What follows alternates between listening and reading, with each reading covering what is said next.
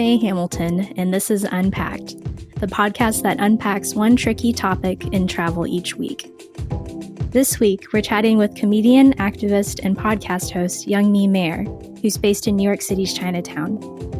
I first came upon Youngmi on Instagram. I don't remember exactly how. Maybe a friend had reposted her onto a story. Her posts about not quite fitting in with Korean or American culture really resonated with me and made me feel seen in a way I hadn't before as a half Taiwanese and half white American person.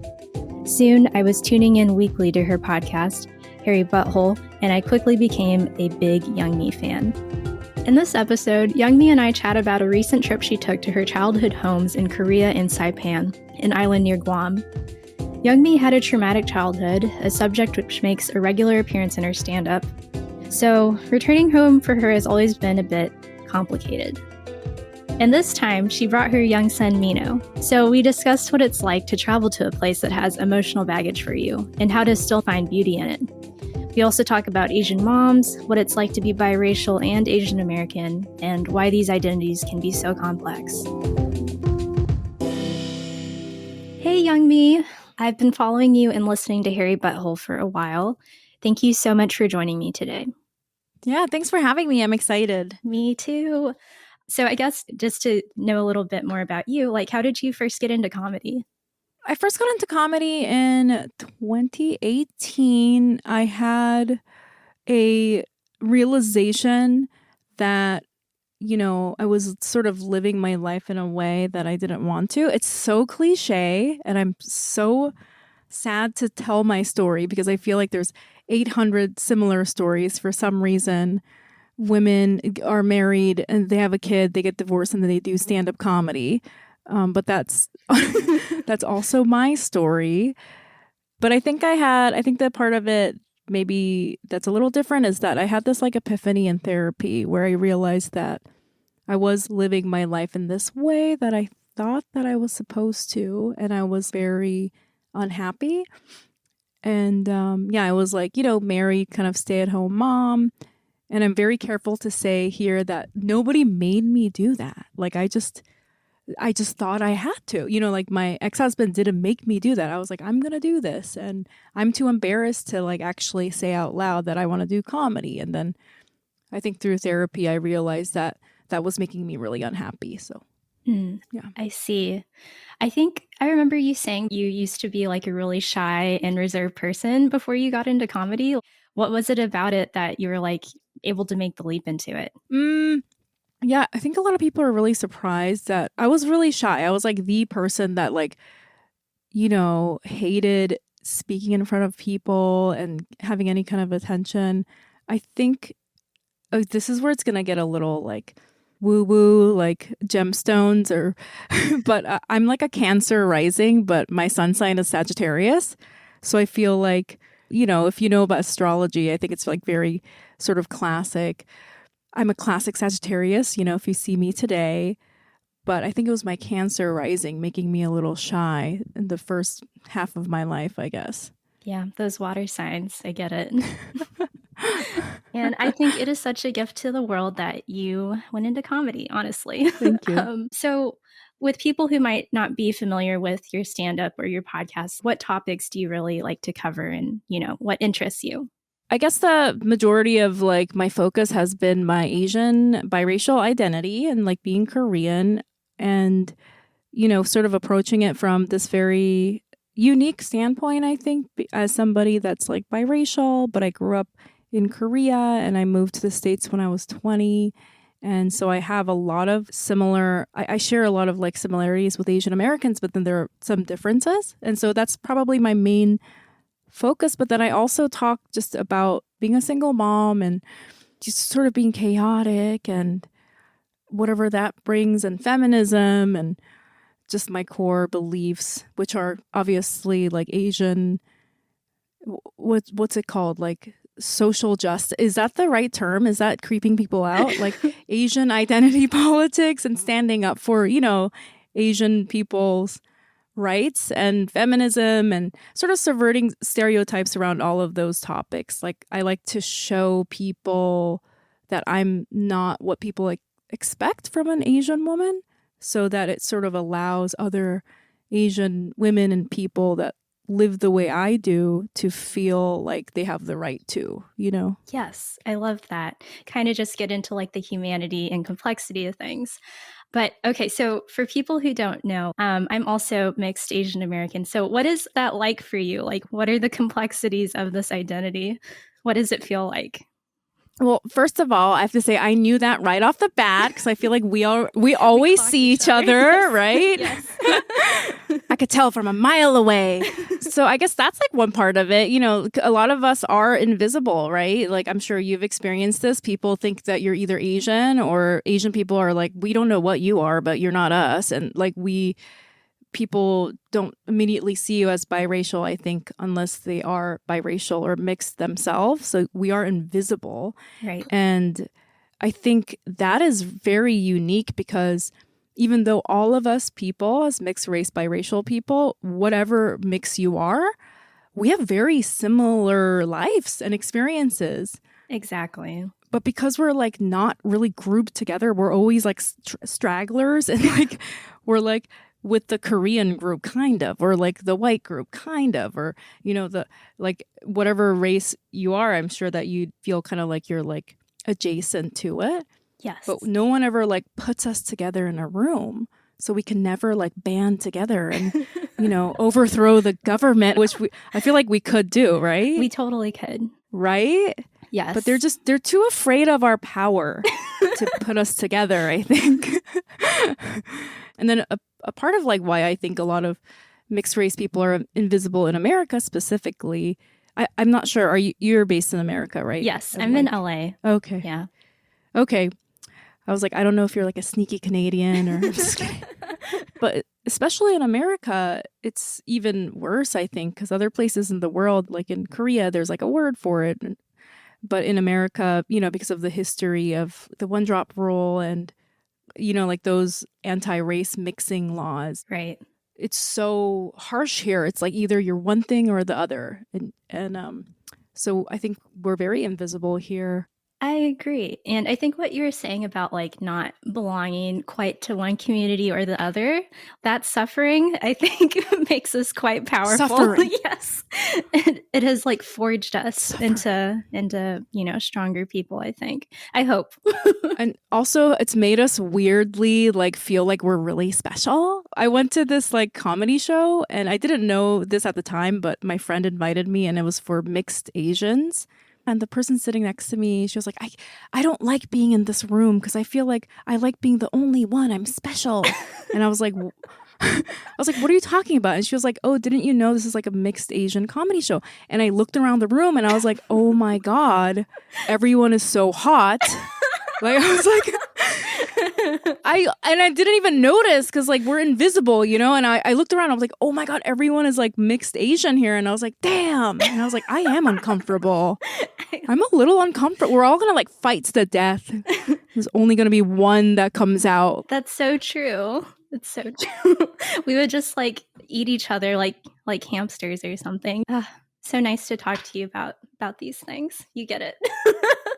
Yeah, over Zoom, because if we were in the same room, we would fight until only one of us remained. Exactly. It would probably be you. Unfortunately. Yeah. I don't know. I feel like you're like a sleeper, like fighter. It's always the quiet ones. Yes. Just kidding. So one of the things that I really love that you did recently, I think in the last few months, that I think has been kind of new is doing these little vlogs of your travel experiences and just, I don't know, being out and about. And one of the ones that you did like a few months ago is about you traveling to Saipan in Korea. So do you mind talking a bit about that trip, like how long it was, just all the basics? Sure. So, you know, that was my first time back to Korea and Saipan, which is a small island in the Marianas, which is in Micronesia. And half of my childhood, I grew up in Korea, and the other half I grew up on Saipan. And I used to visit Korea very frequently because my parents live there and I have a son and obviously I would take him, but I hadn't been back since COVID. So last summer was the first time I've been back in maybe 3 years at least. And it was my first time back on Saipan since I was 18 years old. And it was a month long. And we stayed with my parents. And I was like kind of scared because I'm like, as part of the subverting Asian stereotypes thing, I'm very open about like my childhood trauma, because I think there is like this idea that Asian people never talk about that kind of stuff, or there's a stereotype. So I've been very open about this relationship I've had with my parents. That's a little difficult, but it actually ended up being very, very great. Like everything was fine. You know, we had like 1 or 2 fights, which is expected, nothing too severe. And then the Saipan part was amazing because like my son got to see it and it was really exciting. Yeah. Oh my gosh. I feel like, yeah, there's so much to talk about there. One of the things that I really appreciate that you do with your work is, I don't know if I've ever seen this anywhere else, where you have like a really complicated relationship with your mom, I think, where, you know, she's done a lot of kind of messed up things to you during your childhood, but in the end, like, you still really love her and still want to maintain that relationship despite all that. And that's kind of like what the same thing I have with my mom. And I really appreciate you like talking about this in like a very real way with the Asian American community, because I feel like we have this really polished view of Asian American families for some reason. Like I think of Fresh Off the Boat, you know, where I'm like, nobody's dad or mom acts like that. You know what I mean? Well, yeah, that's like, I'm really glad you brought that up. I think in the Asian community, yeah, it's like these are very broad stereotypes, but like you have to respect your parents and honor them, and you can't really say anything bad about them publicly. And I think a lot of Asian people feel that pressure, you know, and they would never say it. But unfortunately, Asian people are human beings like everybody else in the world. A lot of us have abusive parents, and a lot of us had abusive parents and live without realizing it. You know what I mean? Right. And without processing it. There's a huge scale, obviously, on like what kind of abuse people can go through. And some people, Asian people, actually don't talk to their parents, or they don't have relationships because of the history of abuse. And some people are like me, where they've processed it and sort of lived through it. And some people, you know, don't even realize that they went through abuse. Part of the reason I'm so open is because I want wherever you are in that scale, the relationship with your parents, to feel like you're valid, and like that's totally fine. If you're the perfect Asian Harvard person, doctor, and you're still making lunch for your mom every day, even though she like beat the F out of you, the S out of you. I don't know what the F is.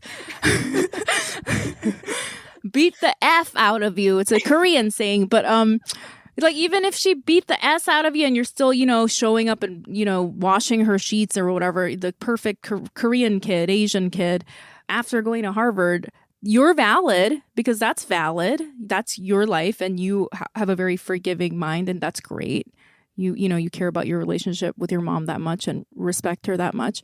But if you're on the other end where you're not even talking to your parents as an Asian person, I know a lot of Asian people that live like that, and they're not only like feeling the pain of this like broken relationship, but this unbearable shame, because they're like, I don't look like the person on Fresh Off the Boat, or, you know, whatever representation, or right. And I think that's totally valid. If you're not talking to your parents, you're right. You know, they shouldn't have hit you with that slipper, you know, like that's horrible. I totally agree.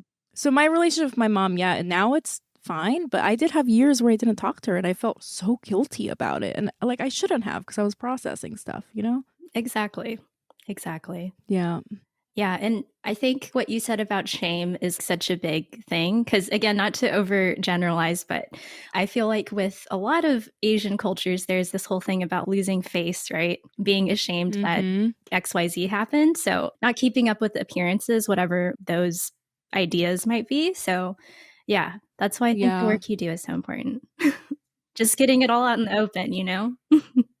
Yeah. And it's like, so, I mean, thank you so much for being like so complimentary, but it's so weird because all I'm doing is just being very honest. So it's like, sometimes it's hard for me to, when I hear people compliment me in that way, I'm like, oh, I'm not really doing anything. But then I'm like, oh, I can see that other people don't want to say this kind of stuff. Sorry, I'm just feeling weird because I'm like, you're complimenting me, and I'm like, ugh, God. No, No, I get it. You're just doing your thing, living your truth, which, yeah, you're doing a great job, but I won't say anything more about it.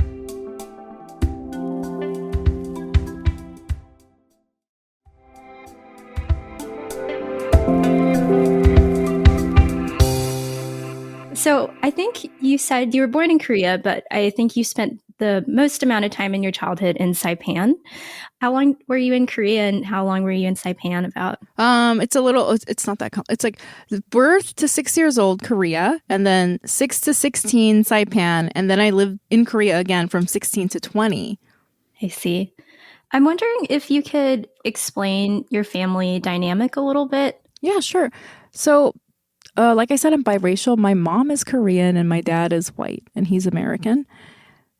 I guess something that's a little unique about them compared to other Korean white people or American people that are my age is that my dad wasn't in the military. And my parents actually met in Fairbanks, Alaska. Yeah.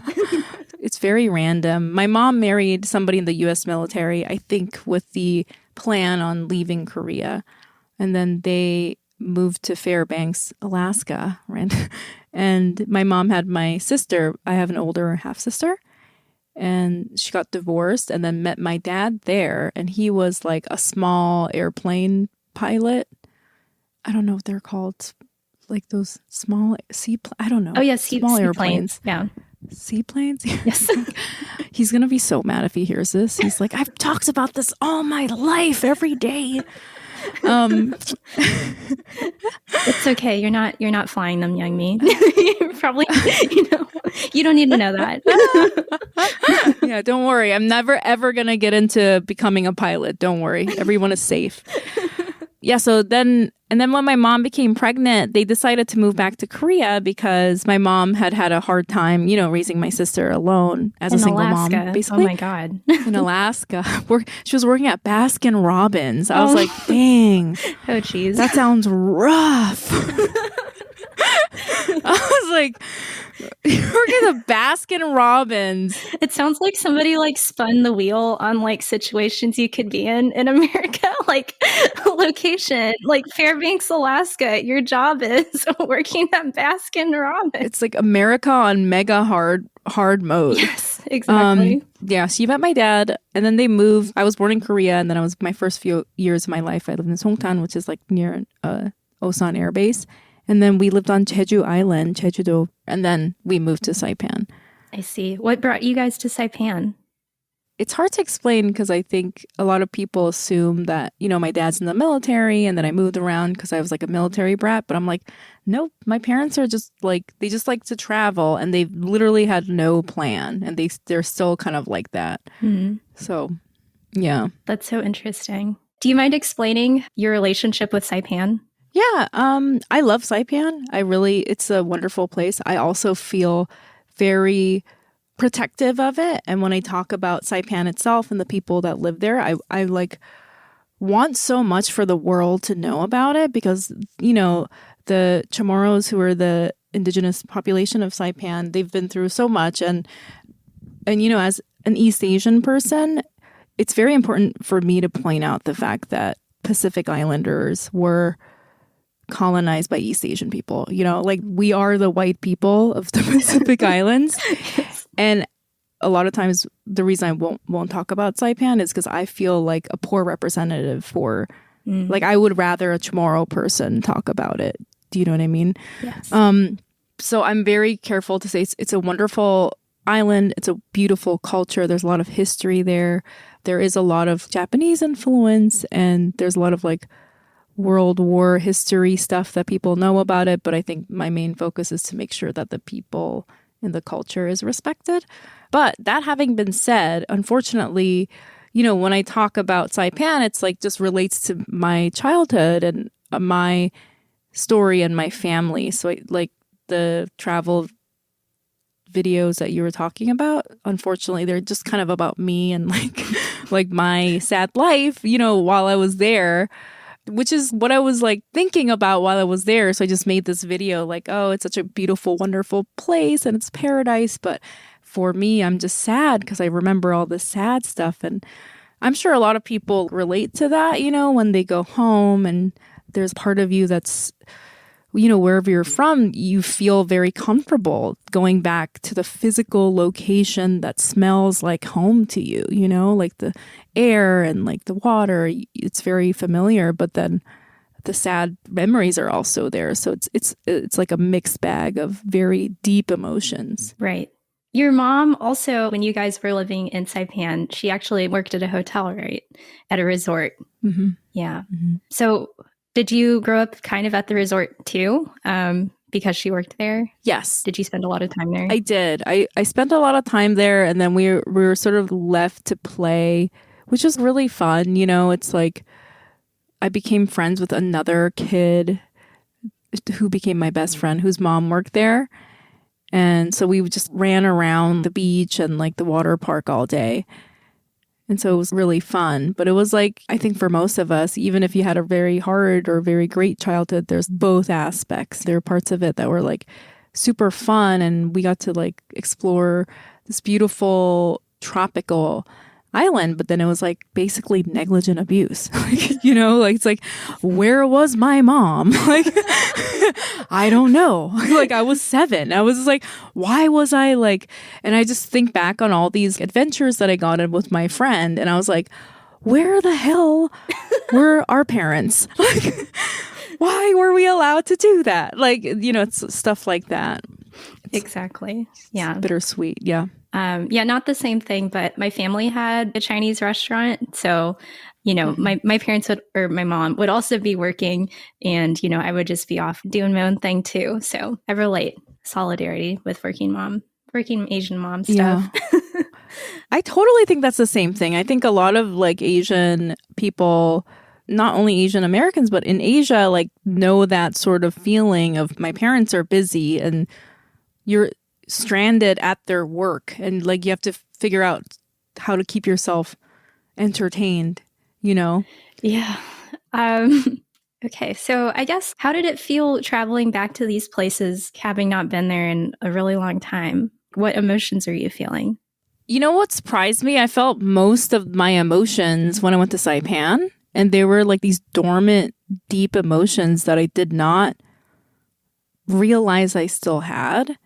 And then, like, there was this one night where my mom and I finally got into a fight. It was like day 28 of my trip, and we were on Saipan. And we got in this big fight, and my friend was like, well, I'm going to come by and pick you up. And he, like, just rolled up. And I just, like, remembered when I, like, lived there. Like, the resorts are all these, like, East Asian tourists mostly, and they're all, like, dressed up fancy, and they're like getting driven around in like taxis or whatever. Yes. And he just rolled up in his pickup truck. It was like dirty because he lives up in the mountain. And he just had like these busted flip-flops on with like covered in mud and just wearing like shorts, just like smoking a cigarette. And he was just like, hey, and he just like rolled in, and he like just immediately opens up like a cooler in the back of his pickup truck and like throws me a Bud Light. And I was like, oh, this is like, I remember this when we used to live here, and like we would come pick up my mom from work because all the people that live on Saipan are like super casual, and we're always like coming from the beach or something. So we always have sand and wearing like just swimsuit bottoms, and it's very stark, the difference between people that live there and you obviously stay at the resorts. And I was like, oh, I remember how much fun that was when we would show up and just walk into the continental buffet, like in our flip-flops and stuff like that. And in my memory of Saipan, it feels very isolating and lonely. But then I was like, oh no, I remember I had like a safety net, like a friend safety net, Oh, that is so beautiful. And I guess maybe you might have felt isolated or alone at that time, like having this big fight with your mom and then realizing you still have your network there. What was it like also traveling to these places with your son? It was really amazing seeing what he reacted to and what he liked and he disliked. Like, he loved Saipan so much. And we rented like a Mustang. It was like the cheapest rent-a-car. I was like, sure, we'll take the Mustang. And we're driving around with the top down. And, it's like a really small island. And I was kind of like worried that he'd be bored or something because, like in New York, he's always like doing so many millions of activities. But he like loved it. And I was like, Yeah, of course he loves it. It's like a beautiful beach. You can just walk on the beach and look at crabs and little fish. And he really loved the sea cucumbers, which grossed me out. But he was like, I love them, and like squishing them, squishing the water out and stuff. And he just loved like chilling and like sitting in the convertible and like driving around this island, just doing nothing. And I was like, yeah, of course he loves this. He's a kid, but it surprised me because I thought he would be like, I'm bored, like. So I guess it was like pleasantly surprising, like to see what he would like. I love that. I'm glad it was a positive experience for both of you guys. So this trip obviously had some highs and some lows, but do you regret going at all, or did you feel like it was a growing experience for you? Oh, no, I don't regret going at all. I think it was really great. I remember going back before that trip and it was way worse. Like it was traumatizing. And I think it was because I hadn't processed a lot of stuff from my childhood. And I think maybe I still haven't processed that, but I think COVID made me different in a way where it made me a little bit more resilient because like so many, obviously for everybody, so many horrible things happened. Yes.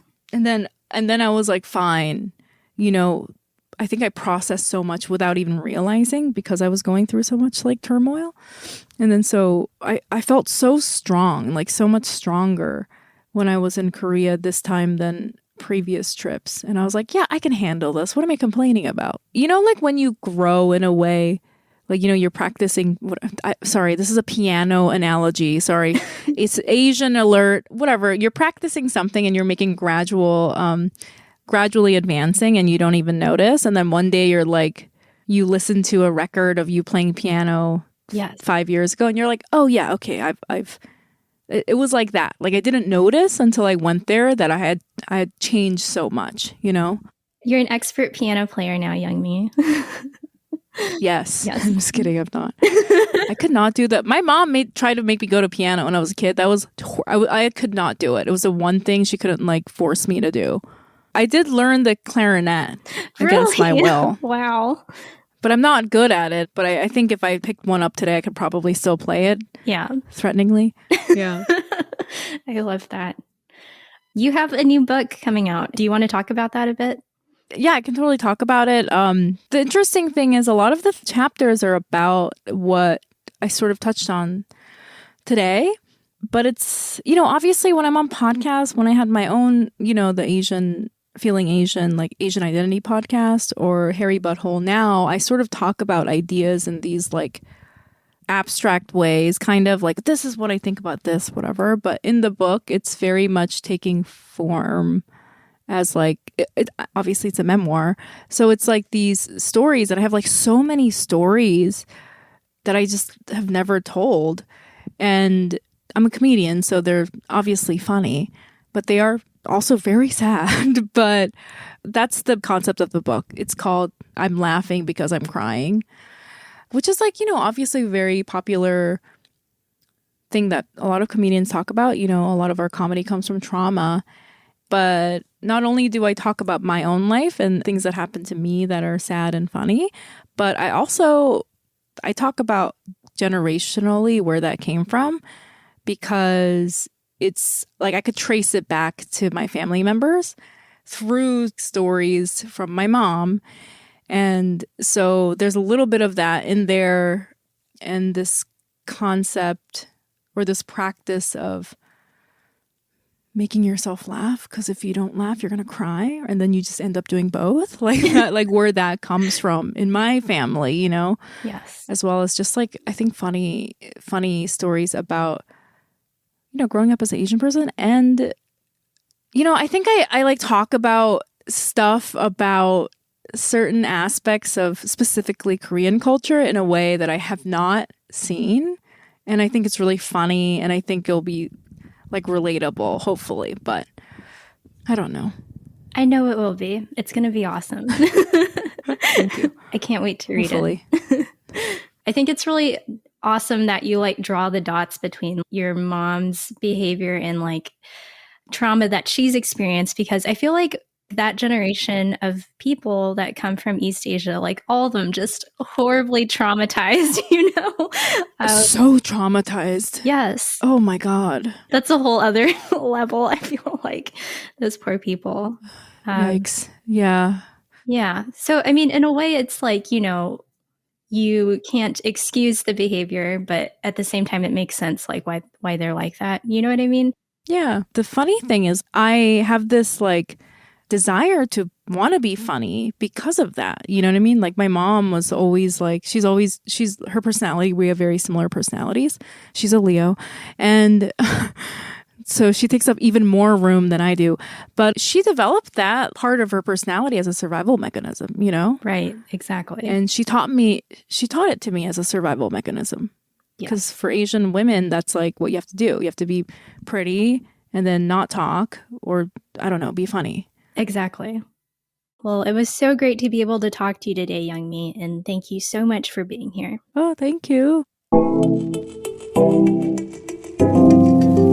Thank you so much to Youngmi for taking the time to chat with me. And don't worry, Youngmi and I did not fight to the death after the recording ended. If you'd like to hear more from her, you can find her on social media, on Twitter, Instagram, and TikTok at YM Mayer, and on her podcast, Harry Butthole, which is available exclusively on Joy Sauce. Youngmi is also writing a book called I'm Laughing Because I'm Crying, which is set to publish in 2025. Ready for more unpacking?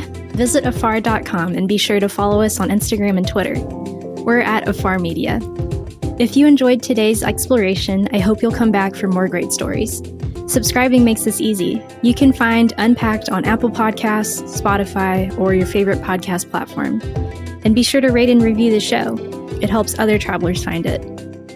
This season, we also want to hear from you. Is there a travel dilemma, trend, or topic you'd like us to explore? Drop us a line at unpacked@afar.com. This has been Unpacked, a production of Afar Media. The podcast is produced by Aislinn Green and Nikki Galteland. Music composition by Chris Collin. And remember, the world is complicated. We're here to help you unpack it.